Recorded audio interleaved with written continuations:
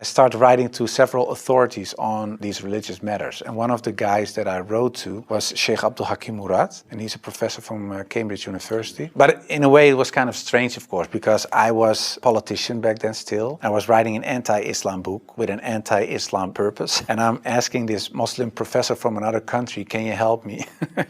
So I told him I'm writing a book. I have a lot of questions. So I was very plain why I thought, why is Islam promoting terrorism? Why is anti-woman? Why is anti-Christian? Anti-whatever. After, I think, 6 weeks, he sent me a very extensive email. And he started explaining, directly answered a lot of my questions. But he also told me, you have to read this article, read this book, read that book, ask this person. And so he was very extensive in his way of explaining. But in the end, after I read all these books and articles and made a comparison between prophets from the Old Testament with Muhammad, peace and blessings be upon him, I had no arguments anymore to say they are prophets and he is not. And I thought to myself, well, if I accept Moses on these grounds and I cannot accept the prophet, then there is something else. So I thought, why don't I think he is a prophet? And I thought, oh, perhaps because he had many wives. But then again, when you look at Solomon or you look at King David, Abraham, there are a lot of people in the Old Testament that had more wives. And when you look at even outside of the religious books,